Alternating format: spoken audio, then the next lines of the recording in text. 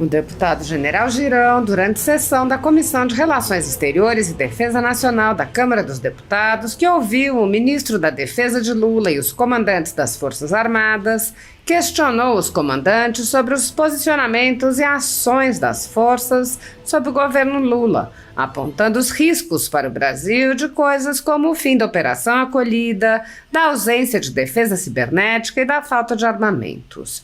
O general fez um apelo ao comandante do Exército para que atue para manter direitos políticos de militares, dizendo: queria pedir que não deixasse que caísse a nossa representatividade política dos militares das Forças Armadas no Congresso Nacional por um capricho da esquerda, essa esquerda que insiste, que teima em querer criminalizar os militares, especialmente aqueles da reserva, que estavam participando da Câmara ou do Senado nos 4 anos do governo Bolsonaro, ou então dentro do governo Bolsonaro.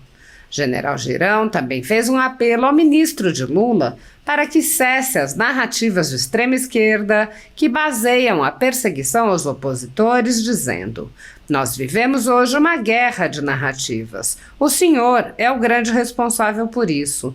Nós vivemos hoje uma guerra de narrativas. A esquerda brasileira construiu uma guerra de narrativas. O senhor falou das imagens e áudios que possam ter incriminado militares do Exército. Essas imagens estão sendo mostradas para a imprensa, mas as imagens do 8 de janeiro não, porque o ministro Dino não deixou, diz que apagou. Isso é uma irresponsabilidade desse governo.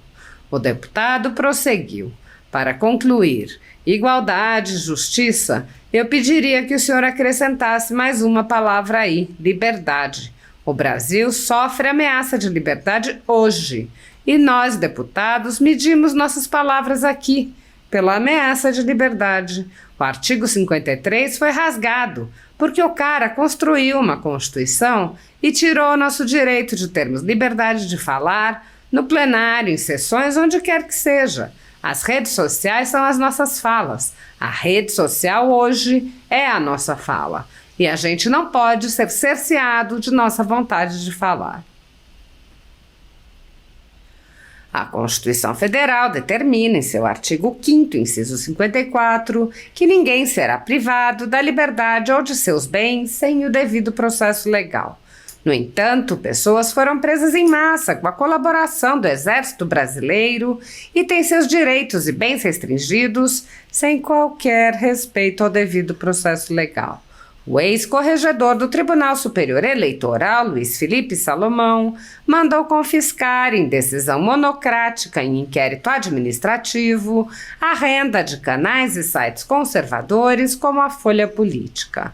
A decisão do ministro, que recebeu respaldo e apoio de Luiz Roberto Barroso, Alexandre de Moraes e Edson Fachin, confisca toda a renda dos canais, sem qualquer distinção segundo tipo de conteúdo, tema, a época de publicação ou qualquer outro critério. Toda a renda de mais de 20 meses do nosso trabalho é retida sem qualquer justificativa jurídica. Anteriormente, a sede da Folha Política foi invadida e todos os equipamentos do jornal foram apreendidos em inquérito que foi arquivado por falta de indícios de crime. Se você apoia o trabalho da Folha Política e pode nos ajudar a manter o jornal funcionando, doe qualquer valor à empresa Raposo Fernandes através do QR Code que aparece na tela ou utilizando o código Pix ajude@folhapolitica.org. Caso não use Pix, a conta da empresa Raposo Fernandes está disponível na descrição deste vídeo e no comentário fixado no topo. Há mais de 10 anos, a Folha Política vem enfrentando a espiral do silêncio imposta pelo cartel de mídia que quer o monopólio da informação.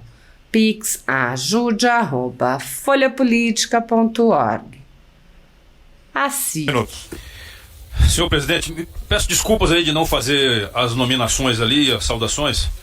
Direto aqui, pelo meu tempo muito curto, eu tentei pedir um tempo aqui assim, mas infelizmente a democracia não prevaleceu hoje aqui em função da chama. Eu vou começar do final. Eu gostaria de saber, eu vou fazer bem rápido, eu pediria que se tiver que anotar, Gostaria de saber o papel do Exército em relação à segurança cibernética, ainda é a coordenação, né? Então, como é que está a situação dessa segurança cibernética quanto à fragilidade? Por favor. A outra coisa, nós já falamos ali atrás, mas eu só vou dizer aqui assim, a indústria brasileira de defesa, ministro, nós precisamos salvar a indústria brasileira de defesa. Se tem essa situação aí da Avibraz e a gente tem que buscar uma solução, que a gente busque uma solução e que a soberania brasileira possa ser mantida. Não é somente a Avibraz, a gente sabe que tem muitas outras, mas especialmente a Avibraz, tem a Imbel, tem várias outras aí. Gostaria de saber também como é que está a situação da Operação Acolhida. Tá? Nós estamos criando uma comissão externa aqui na Câmara dos Deputados, a pedido nosso, para irmos a Roraima e verificarmos a situação da Operação Acolhida, porque com esses cortes orçamentários que estão chegando aí, a gente sabe que a Operação Acolhida vai sofrer também. Aí Roraima vai ficar um caos. E aí, como o senhor falou, a gente não pode perder Roraima, é pedaço nosso. Gostaria de pedir também que não deixasse que caísse a nossa representatividade política dos militares das Forças Armadas no Congresso Nacional por um capricho da esquerda. Essa esquerda, eu estou tentando não me exaltar.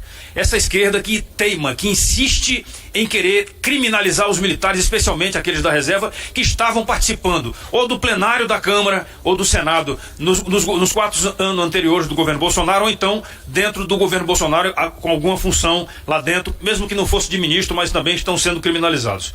Gostaria de dizer para o general Tomás que eu participei muito de GLO e estava na ativa quando foi criada o aperfeiçoamento da Constituição com a garantia da lei da ordem, colocada no 142. E muitas operações de GLO eu participei. E me beneficiei também como secretário de Segurança depois que saí do Exército da ativa para a reserva. Então, não deixe que criminalizem também a GLO. O Brasil precisa da GLO e a GLO está sendo criminalizada porque disseram que foi uma tentativa de golpe. Gostaria de dizer também, eu estou sendo muito rápido, que nós não podemos viver em guerra de narrativas, ministro. O senhor é o grande responsável por isso e é a segunda vez que eu lhe falo isso.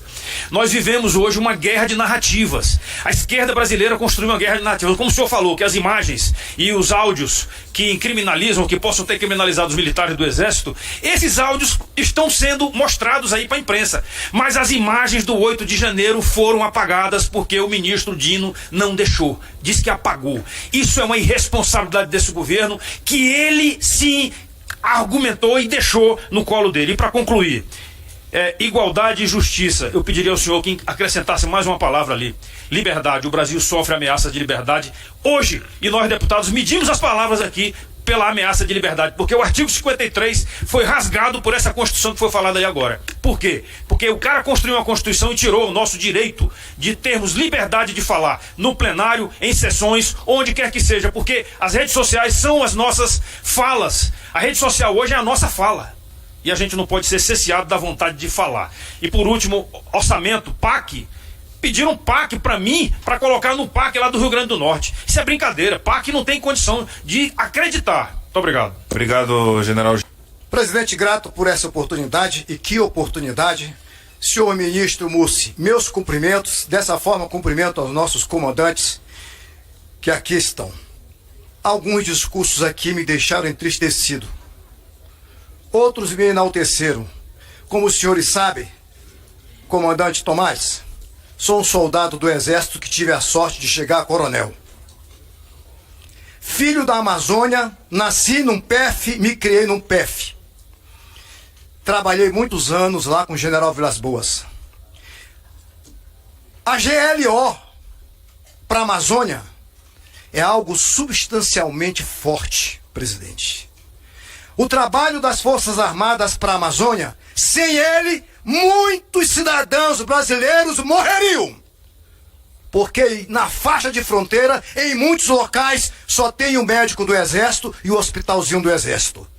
Sem ele, o cidadão morreria. Eu me salvei, nasci num PF, uma parteira. Me salvei, porque se minha mãe passasse mal, poderia eu não estar aqui. Essa é a verdade.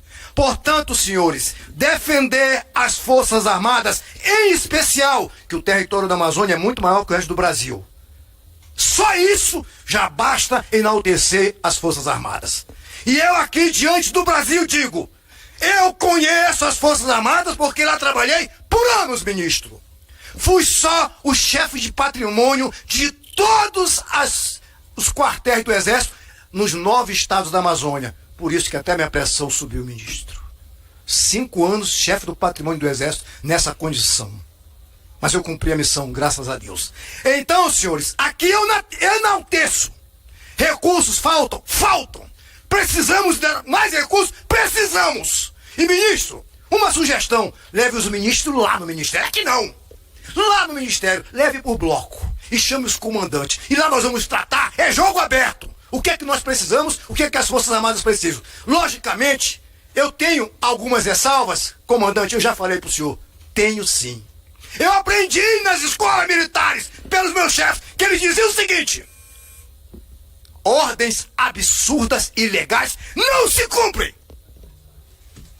Comandante, e por que nós estamos cumprindo hoje? Dentro do quartel, não importa de quem seja a ordem. Se for uma ordem absurda, fora da Constituição Federal, ministro, diga para os seus comandantes, não cumpram. Independente de quem deu a ordem. Não podemos cair nessa armadilha. Comandantes, os senhores são donos da área. Na área militar da União, ninguém dá ordem. É os senhores. Portanto, concluo, presidente. Cumpra a Constituição. Se a ordem for absurda, não importa que polícia e quem mandou, não deixe os seus militares serem presos. Obrigado. Obrigado, Coronel Crisóstomo. Próximo inscrito, deputado Osmar Terra. 3 minutos. Eu vou direto às perguntas aqui, porque acho que das perguntas a gente consegue derivar um pouquinho dos comentários. Com relação a os mísseis que MSS 1.2, para reforçar a fronteira norte de Roraima, foram enviados esses mísseis porque houve divulgação que eles ainda estavam sendo homologados. O Exército informou que estava sendo enviado para reforçar a fronteira norte. Só queria saber em que estágio estão, quem é que está com a razão aqui, se é a mídia ou se o Exército nas suas comunicações. E aí uma questão paralela a essa: qual é a efetividade das nossas forças com relação a uma possível invasão da área de Esequibo, da Guiana? Se houver uma violação, qual é a nossa efetividade nesse sentido? Temos capacidade de debelar qualquer intento da Venezuela de querer invadir a Guiana? É esse que é o nosso intento? Essa também é outra pergunta derivada dessa. Politicamente, por que os países da América Latina buscam os Estados Unidos como intermediador de conflitos e não o Brasil? É porque está faltando uma política de defesa mais ampla para a região? Eu não vejo nenhum país da região buscando apoio militar do Brasil, sendo que nós somos o esteio natural da região, temos uma indústria nacional de defesa ainda, graças a Deus, ativa, temos aí forças que consomem uma parcela expressiva do nosso orçamento. Por que os outros países não buscam o Brasil como sendo um grande defensor regional? Então, tudo isso vinculado na primeira pergunta. Com relação à Amazônia Azul e invasão chinesa com relação à pesca e violação das nossas águas, como é que nós estamos nessa fronteira que poucos brasileiros conhecem? Estamos equipados para fazer essa defensoria? Outra pergunta relacionada com relação ao orçamento, que vai aqui da questão da Marinha, que é predominantemente ou expressivamente dependente de investimento em material bélico. Para poder ser efetivo, nós percebemos aqui que, em termos de orçamento, o Brasil gasta mais de 80% do seu orçamento com o pessoal e muito pouco com material bélico, com a indústria de defesa, com linhas de crédito, com até alocação de orçamento para projetos de longo prazo. Temos os submarinos que estão parados há décadas já. Temos Israel aí, que tem literalmente um litoral que é do tamanho talvez da praia de Ipanema e Copacabana, com 2, 3, 4 submarinos, e nós não conseguimos lançar nossos submarinos aqui com um litoral vastíssimo. Fica aqui uma questão de alocação orçamentária, como é que essas decisões são tomadas? Porque eu não vejo efetividade nenhuma de ter centenas de milhares de militares e não ter material bélico para poder empregar. Para mim isso é definição de efetividade, não? Além de ter uma estratégia política que viabilize o emprego dessas forças. Então está faltando tudo, na minha opinião. É a minha leitura, como um leigo entusiasta das Forças Armadas. Então a questão do Mar Azul, a alocação orçamentária para capacitação da Marinha, na defesa não só dos nossos interesses territoriais no Mar Azul, e também possíveis invasões e violação do território com relação à pescaria predatória de outras nações. E também as alocações que são feitas com relação à indústria de defesa nacional são de extrema importância. Adoraria ter um discorrimento com relação a isso. Seguindo aqui, tem mais algumas 3 perguntas e termino. Temos já uma emenda constitucional, aliás, 2. Temos uma que está tramitando no Senado, outra aqui na Câmara. A da Câmara, relatora, que vai ser a protagonista dessa emenda constitucional, PEC 17/2022, aloca 0,5% do PIB para a indústria de defesa nacional. Nós não notamos muito entusiasmo das Forças Armadas com relação a essa PEC. Eu gostaria de saber por quê. Porque o apoiamento das Forças Armadas de uma PEC que aloca 0,5% do PIB para a capacitação das Forças Armadas naquilo que a torna efetiva, que é a indústria de defesa nacional, é fundamental. Então, por que as Forças Armadas não vieram ao encontro dessa emenda constitucional? É porque existe alguma política desarmamentista das Forças Armadas? É isso que muitos parlamentares estão pensando. Entregar, não defender fronteira, fazer com que as Forças Armadas se tornem efetivamente aquilo que ela até se propõe aí em muitos dos comunicados, de auxiliar, de força auxiliar, de ajuda social. Eu vou até dizer que eu estou muito desapontado com relação a essas apresentações, porque como cidadão parlamentar, eu não quero ver Forças Armadas sendo empregadas para ajuda social de qualquer espécie. Nós temos 100% do nosso orçamento federal alocados para políticas sociais.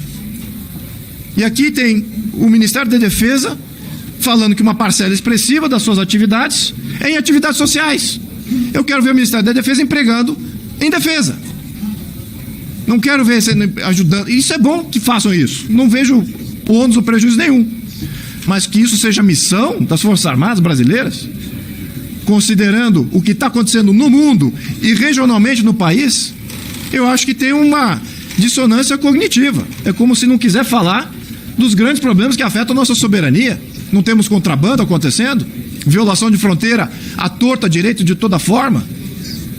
É isso que eu acho que está desalinhado aqui com relação a muito dessa apresentação. Alocação de recursos, isso advém de uma visão de problema, uma visão de nação e uma proposta efetiva de segurança nacional e regional. Eu não estou vendo nada disso. Eu estou vendo discurso aqui de ajuda e auxílio e uma coisa muito boazinha. Força de defesa é força de defesa. Eu gostaria de ver um discurso similar a isso e a alocação de recursos vinculados à defesa. E estamos lembrando, são poucos recursos, parcos recursos aqui que são alocados à defesa, muito bem colocado até estou de acordo que estamos subalocando recursos para a defesa no Brasil. Isso é fundamental que a gente tenha esse debate mais amplo.